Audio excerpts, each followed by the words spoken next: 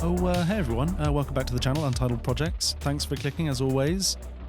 We are having a bit of fun today, again with the Blériot XI, which I've been doing a little bit of flying on, and there are some other versions that I've been exploiting and trying to fly, which are extremely difficult, incidentally. But I've been flying the Wing 42 version, which is a lot of fun. I'd never realised I'd enjoy flying so slowly and just kind of floating about. It's been great. And after doing a little bit of research, I found out there was actually a lot of things that this aircraft did achieve, far more than I first realised just doing the Channel Crossing, which obviously it's most famous for. But after that, it was used for all sorts of different things and played a huge role in the progression of aviation. So after the English Channel Crossing, there was massive demand for the Blériot XI. There was actually 103 ordered in the year after the Channel Crossing, which was pretty impressive for the day. Unfortunately, the actual aircraft that did fly the channel did suffer too much damage to fly again when it landed and essentially went over on its nose in Dover. So that was quite quickly repaired and put in selfridges. And then I think it was bought by the Musée d'Art in Paris. Blériot himself actually had an accident taking part in an air race in Istanbul in December 1909, so he gave up competitive flying and just flew for pleasure. But it wasn't all positive stuff. Aircraft that had been bought during these orders, these 103 aircraft from 1909 onwards, did have some structural problems, and there were several accidents where elements of the plane would fall apart. I mean, the wings would fold, the structural spars weren't deemed strong enough. But very quickly, Blériot came up with a few quick fixes, namely not around the strength of the spars, but the strength of the wire system that held them in place, which seemed to get rid of most of these problems. And so this brings me nicely to why we are flying over the Alps. And the simple reason is this was one of the greatest exploits of the Blériot at the time.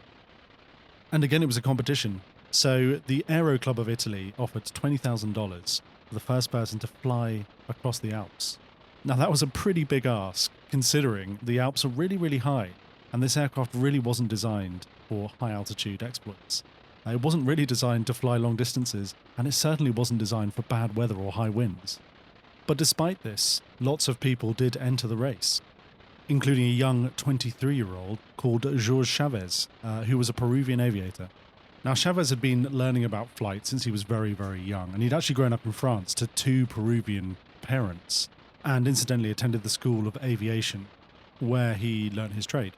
And in the same year, on August 8th, he took his Blériot monoplane to Blackpool, England, where he achieved some serious altitude of 5,405 feet, which is pretty impressive for such a light aircraft. But that clearly wasn't high enough for him, so he popped over to France to a place called Issy and flew at 2,700 meters, which is 8,700 feet, which was the altitude record at the time. Now, he clearly has some cash dollar because he owned this Blériot, which he bought off Blériot himself. So as a man who had broken all these altitude records, the competition to fly across the Alps seemed very apt. Since he had flown the highest, he understood how to get to that height, how to survive at that height most importantly, and how to thrive. So this competition for $20,000 was really something he thought he could win. So what about the Blériot itself? So it had actually been heavily modified by Jorge himself, since he was an engineer by trade originally. And one of those alterations was the landing gear, which consisted of two large bicycle-type wheels with shock absorbers, which you can see at the front there. There was also a smaller wheel at the back, not all the way at the back, but kind of mid-fuselage almost, which was used as a tail pedal. And Jorge had this removed and replaced it with two U-curved intertwined tackles, which were fixed to the back and the lower part in front of the tailplanes, and this allowed him to slow down quick on slopes, which was a pretty good idea considering he had no brakes. Now, there were a few other bits and bobs that he needed for this flight, and one of them was an altimeter, and of course, they hadn't even been invented. So instead they used a millibar pressure gauge, which was hung around their necks, an aluminium box with a glass lid, which had a paper coil which moved up or down to show whether they were ascending or descending, and that's all they really had. And apart from that, the only other instrument was a compass, which you clearly needed. So if you got your direction, you were good, and you had to fly by eye and look at the structures on the ground or towns or rivers or roads. So aside from those two items, the only other thing he had custom made was a flight jacket made for him lined with China paper and covered with silk on the outside. And unfortunately it was packed, absolutely packed with asbestos, which was the only thing at the time which was used clearly as a seriously good insulator, which we all know now is seriously carcinogenic. Now there was one enormous oversight with the design of the aircraft, which was there was no harness. There was only a small wooden wicker seat to hold you in, and the only thing you could hold on to were the control surfaces and possibly the side of the aircraft. So you could have been thrown out really easily with a little bit of buffeting and a little bit of turbulence. So aside from strapping himself in, he seemed like he was ready to go. He decided on a route called the Brigue route, which was between the town of Valle-Canton and the Italian city of Milan, with a stop at a small Italian town called Dom Ordasola. And so on September 19th, 1910, he took to the skies and slowly and smoothly spiraled his way up to 1,800 meters. But the conditions began to worsen, and the winds picked up and the clouds began to roll in. And he found himself having to ascend to about 2,500 meters just to avoid clouds. And at this point he was getting buffeted so badly he had to hold on to the aircraft control surfaces just to hold himself in the plane. Of course he had no straps, and so began a rapid descent to return to the airfield in Brigue. So unfortunately his first attempt was foiled by the weather, and as we know the Alps can be quite changeable, so he waited. And on Friday 23rd, 1910, the weather forecast came back as clear and perfectly calm. And at 1:29 he took to the air once again, and as he did before, spiraled up slowly to about 2,000 meters. Now there weren't any radios really in that time, so people really did rely on just eyesight. And he was spotted by several onlookers at a few key points in his journey. Now the first leg was by far the most treacherous part, of which he had to fly around and just above a few named peaks, which must have been unnerving to say the least, especially with the changeable wind directions. Now he had marked a few areas to land in case of any type of failure, but since everything was working so well, didn't have to.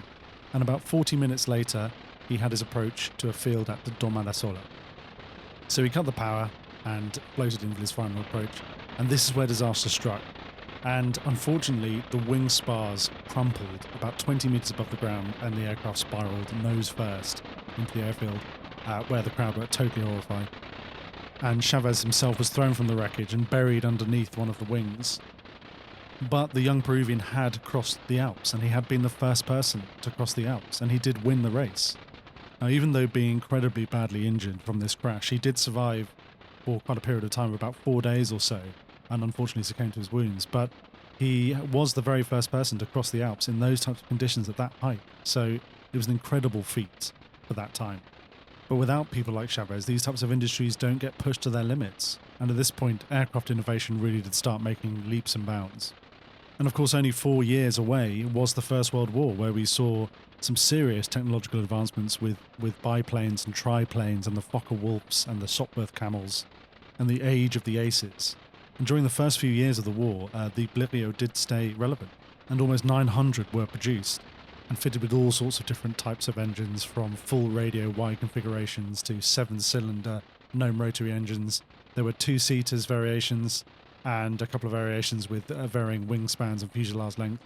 And some of the much later aircraft had tip elevators, as we do nowadays, more conventional trailing edge elevator. And that tail wheel was replaced by a skid.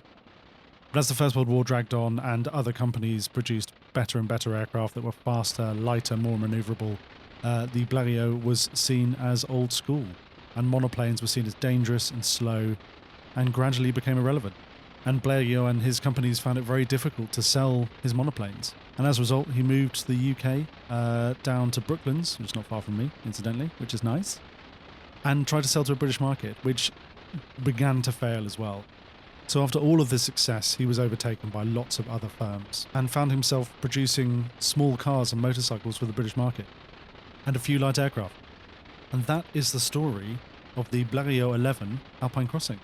So thanks for stopping by. There's going to be a lot more stories. There's actually a lot of different trips that the Blériot did do, so I'm going to try and do a few of them, and we'll see how it goes. Otherwise, pop back for more aircraft reviews and all sorts of stuff, and you never know, it might be fun to subscribe. Alrighty. Bye.